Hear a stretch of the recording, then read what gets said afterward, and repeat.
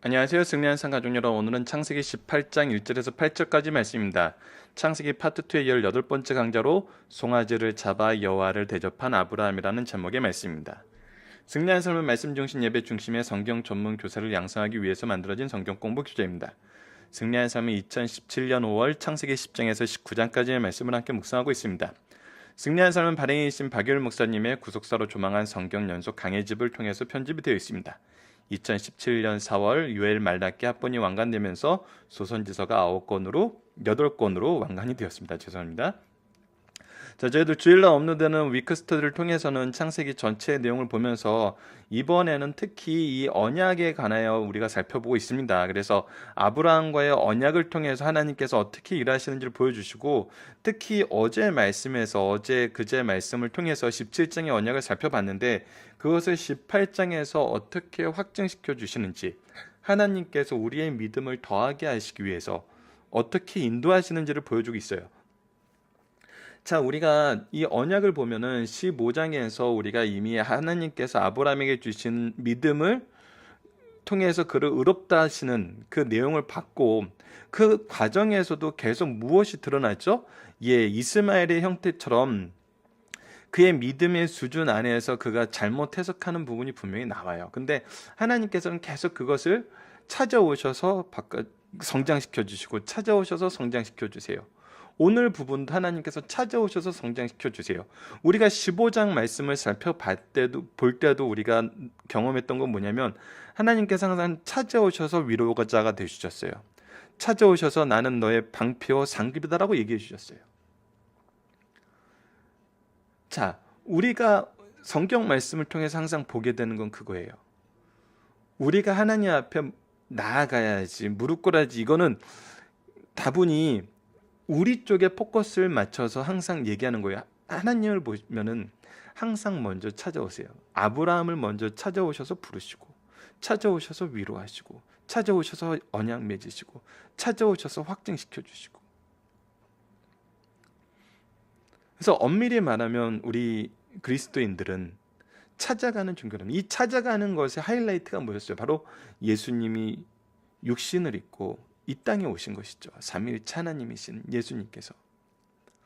자, 이 말씀을 가지고 그래서 우리가 이번 주에는 어떻게 적용하고 있냐면, 언약을 대하는 아브라함의 모습을 통해 우리가 가져야 될 영적 자세를 묵상해 보시다. 자, 이젠 찾아오시는 하나님과 그 안에서 변화하는 아브라함을 보자고요. 그가 언약을 신실하게 믿어 나가면서도 그의 연약한 부분에 대해서 항상 하나님께 신원하면서 하나님께 그 해결 방법을 맡겨요. 그러니까 이것은 절대적인 하나님을 의지하고 절대적인 하나님의 통치에 무릎 꿇는 모습이거든요. 우리가 가져야 될 영적 자세라는 거예요. 우리가 이 세상을 살아나가는데 누구로서 살고 무엇으로서 사는지, 이 부분은 우리가 분명히 좀 해야 됩니다. 우리는 누구로 살고 무엇으로 사는가?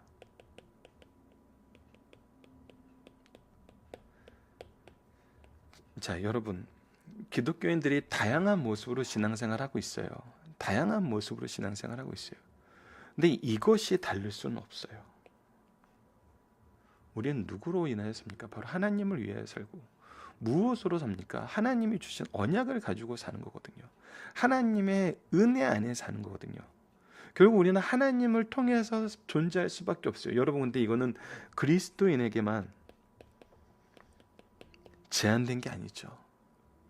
이거는 온 우주가 이렇게 살 수밖에 없어요. 왜? 그렇게 창조되었으니까. 그렇게 창조되었다. 이게 인간의 정체성이란 거죠. 우리는 누구로 인하여 살고 무엇으로 사는가? 우리는 하나님으로 인하여 살고 하나님의 뜻 안에서 사는 겁니다. 결국 우리는 하나님의 피조물이고 하나님의 백성이고 하나님의 자녀인 것을 인정하면서 의지하면서 살아나간다는 겁니다. 바로 아브라함이 그러한 삶을 보여주었다는 겁니다.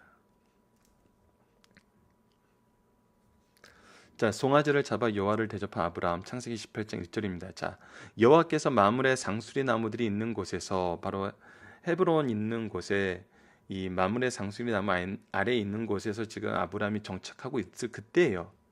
아브라함에게 나타나시니라. 여호와께서 나타나시죠. 날이 뜨거울 때 그가 장막문에 앉아 있다가 눈을 들어본즉 사람 셋이 맞은편 선에 서 있는지라.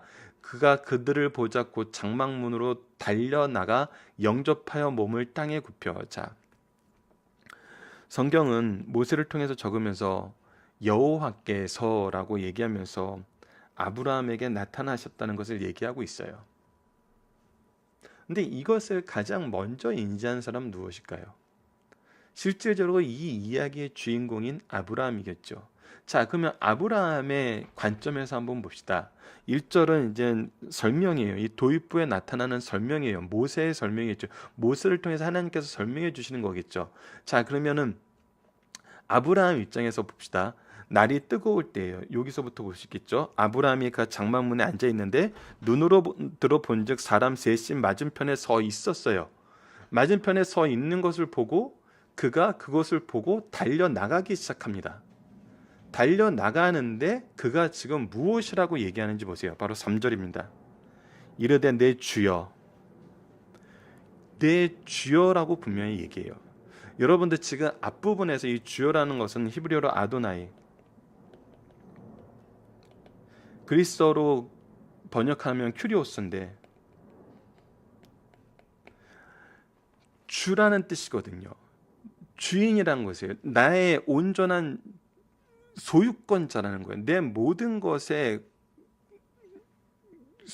주신 분이라는 거예요. 근데 이것이 일반적으로 큐리오스는 히브리 그리스어에서는 황제를 뜻하는 것이었고, 아도나이는 이제 로드라는 뜻으로 쓰이는데, 중요한 것은 아브라함이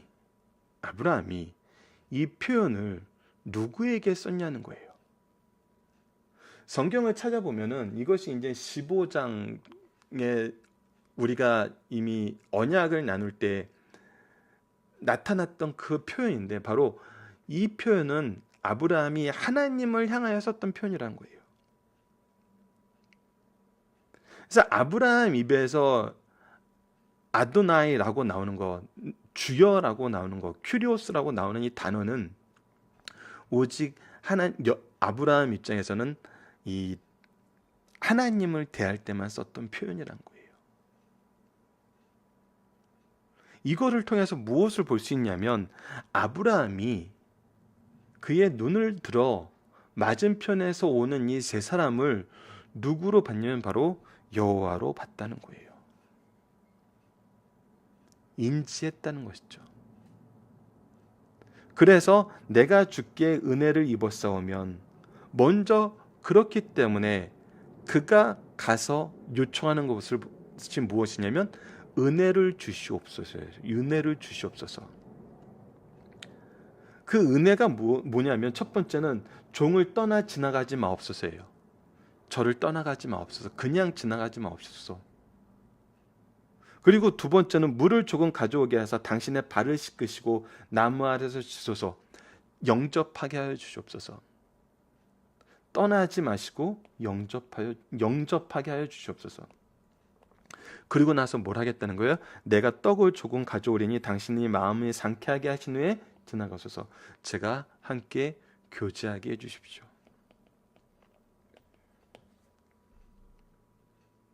그리고 나서 가는 길을 가시옵소서예요.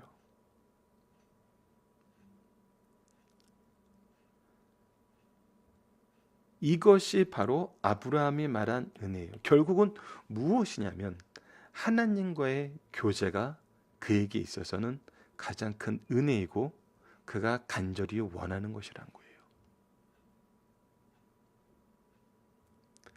이거는 신학적으로 굉장히 놀라운 내용을 우리에게 가르쳐줍니다. 하나님께서 우리에게 주신 가장 큰 은혜는 그가 육신이 되어 우리를 위해서 이 땅에 오시고 그 육신의 몸으로 무엇을 하시냐는 거예요. 바로 우리의 죄를 대속하여 피 흘림의 제사의 제물이 되시고 제사장이 되셨다는 거예요.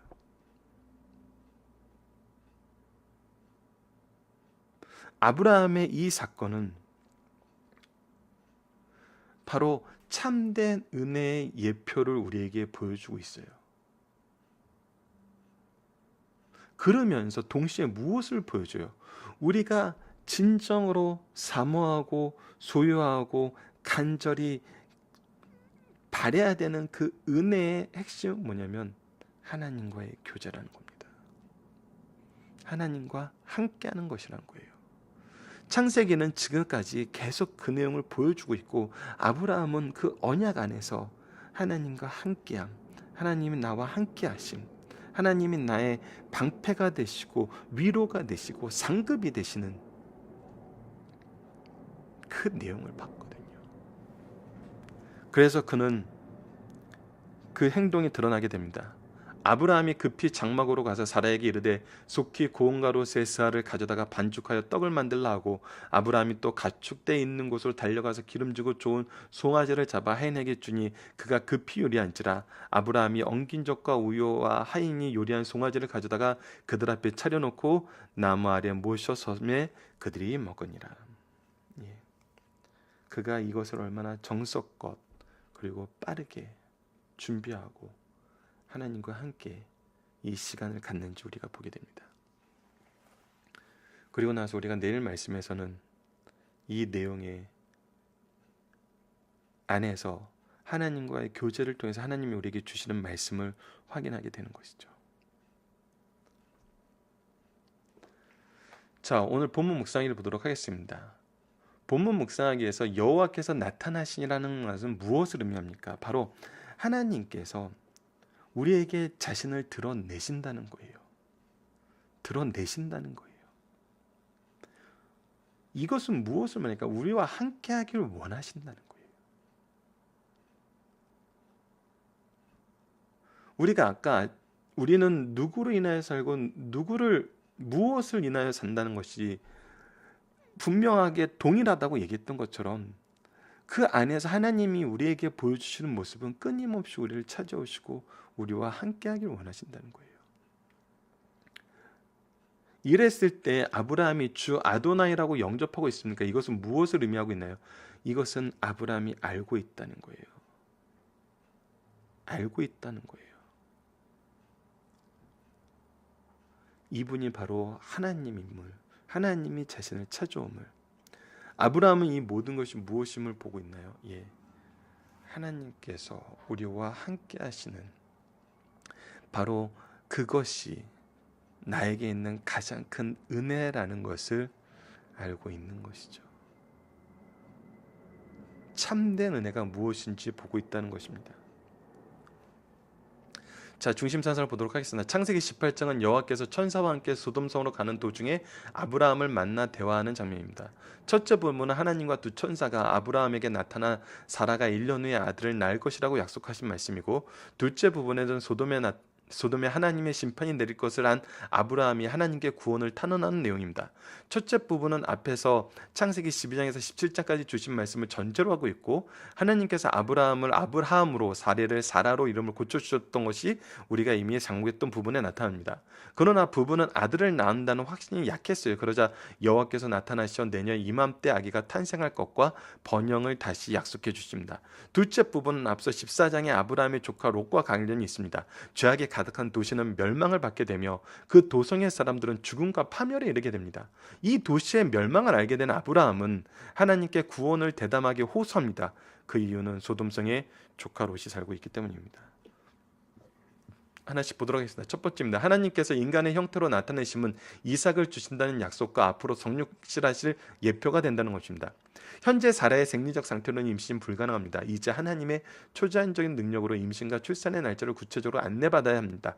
이 일을 위해 하나님께서 인간의 형체로 오시면 앞으로 성육신하실 것을 예표하신 은혜로운 사건이란 것입니다. 그래서 구약에는 정말 복음이 굉장히 많아요. 왜? 그럴 수밖에 없죠. 예수님을 소개하고 있거든요. 예수님이 복음이거든요. 아브라함이 하나님을 대면할 때 영광스럽게 생각하며 겸손히 영접하였다. 하나님의 나타나심에 대한 아브라함의 반응은 무엇입니까? 하나님을 배우게 된 것을 최고의 영광으로 알고 최고의 예로 존경을 표하였어요. 아브라함은 달려가 몸을 땅에 굽혀 내 주여 내가 주께 은혜를 입었나이다 하며 겸손히 영접하였어요. 이것이 하나님 앞에 선 성도의 모습이에요.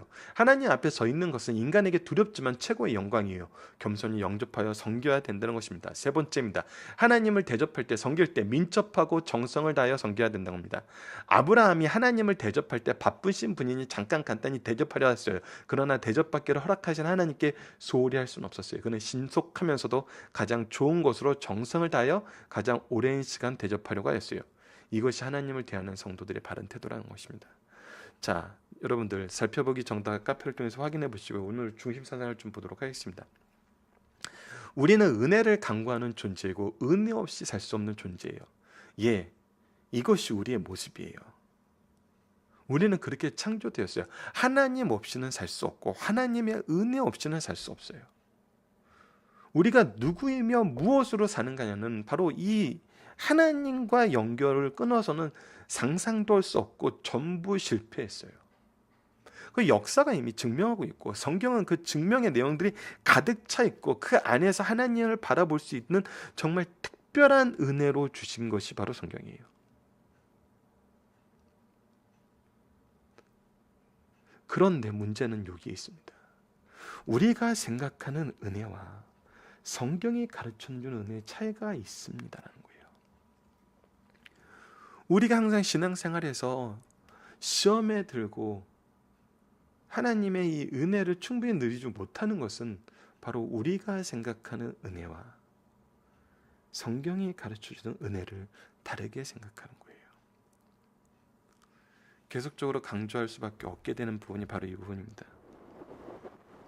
우리가 하나님을 도구화할 때는, 우리가 성경을 도구화할 때는 이것은 우리의 은혜를 위한 수단으로 생각을 해요. 근데 지금 아브라함의 모습을 보세요. 하나님이 은혜예요. 하나님이 함께하는 것이 은혜예요. 우리의 시작은 거기서 시작하였고 우리의 인생 전체는 거기에서 진행되었고 우리 인생 마지막도 거기에서 끝나요.